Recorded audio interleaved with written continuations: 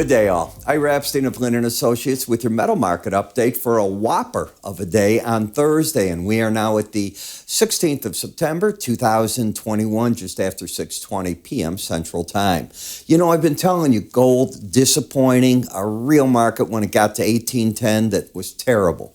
Well, now you're back to the 1750s. Silver under $23. Copper down 20 cents from its recent high, and you keep dropping in the others. Part of this has to do with the idea that China continues to sell metals from its stockpiles. The other part has to do with the question of slowing down of world economies right now, and I question that slowing down figure. The one thing that I've learned is there is pricing power out there. I went to a factory yesterday where they make 275-gallon drums for chemicals, and then they wrap it in steel. They're cages, and there's a special name for all that. And I asked, what kind of pricing power? He said, in this market, you have a lot of pricing power. My friend that owned that meat packing plant I talk about often, what kind of pricing power? He said, they'll buy anything I can give to them. They don't even ask. They can't get product. And I'm talking the custom ribs and other products that he does for the restaurants. And it's amazing what is going on. So I just question all this. As we know, if you look at the ports, they're filling up in Los Angeles, San Diego, and areas. There's 60 ships at port, 20 coming in this week. That's a record amount, and they can't get it off quick enough. They can't get the truck drivers to take it away quick enough. Those are problems. So, stock market down a little bit. Tomorrow's triple witching day. You rallied back up today in the energies, not to new highs, but right up to the Bollinger Band resistance. So when we look at a weekly chart of gold, it's down 2% for the week. Down for the week, $38. Look at that severe decline against that 18-week average. And again, look where you're at. Remember we were talking how it failed miserably at this triple top area? Can't get away from it. I keep bringing it back because that's what happened.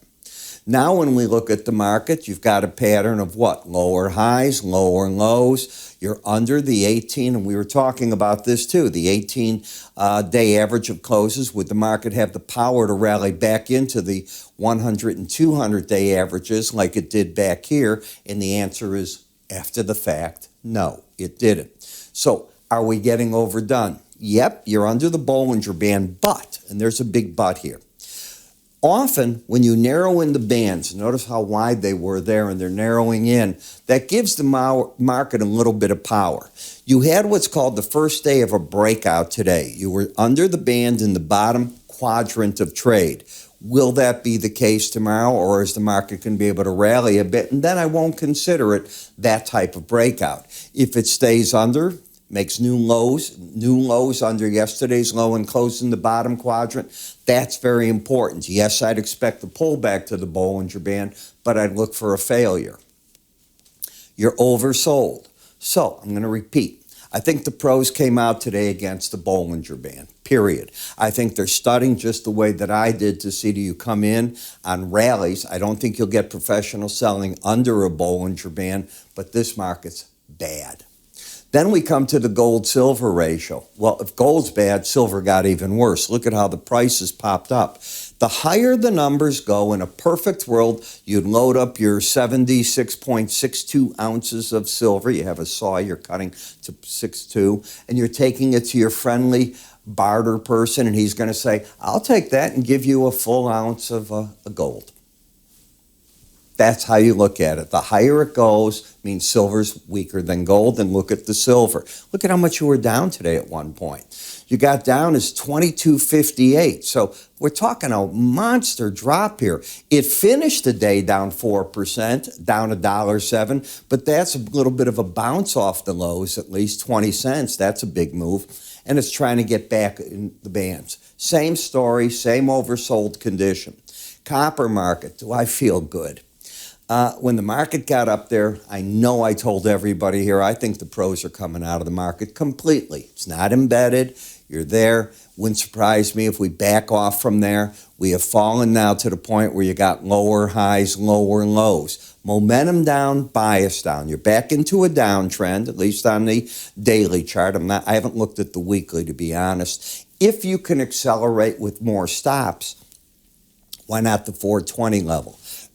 Do I think it'll get a lot below that? I don't on this particular run. That's a heck of a break that it would have had. But it's important to pay attention to these things. If you haven't learned how to work with Bollinger Bands, we have a course under the word education on our website at www.iraepstein.com.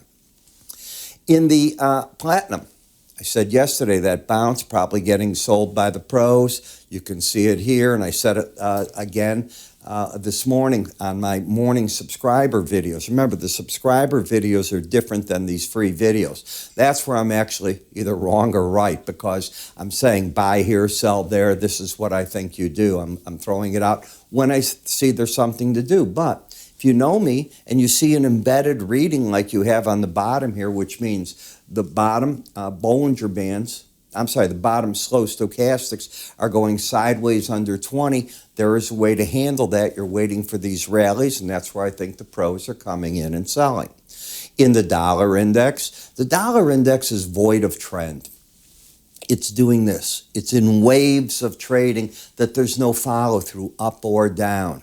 And I feel that that's probably a pattern that we're stuck with for a little bit here. So you look at all this, and tomorrow is going to be one of these crazy days because triple witching can do anything. It's when you got the options, the futures, everything's coming together at one time and expiring. So you want to pay attention and be careful with that. Now, I made a promise that I was going to start with special reports again, as I want to do webinars almost every other week and special reports every week. In order to view the special report, and I decided to do one on soybeans because there's an important trade date coming up for a bottom in the soybeans. Now, if you're a soybean trader, that could be something you look at. At least I think there's an important date coming up. How do you view these? All you do is go to our website, www.iraepstein.com. When you get there, you're going to want to look into our video area, and you'll see it on the top. Go into the research area, and you will see the report right through there. And while you're there, take a look also at the education area. And you'll see the special report for the grains. If you want to look at it, it shows you what I'm doing. I take you through monthly, weekly, daily, and then I bring you in with the More Research Institute as to what the seasonals look like on a 30, a 5-year, and a 15-year basis, where the key dates come in the market as harvest goes on, and so on and so forth. And I'll be doing these now in the metal markets and others for you. As I said, the season's here. So just go to the website, take a look at it there. I'm Ira Epstein. Have a great day.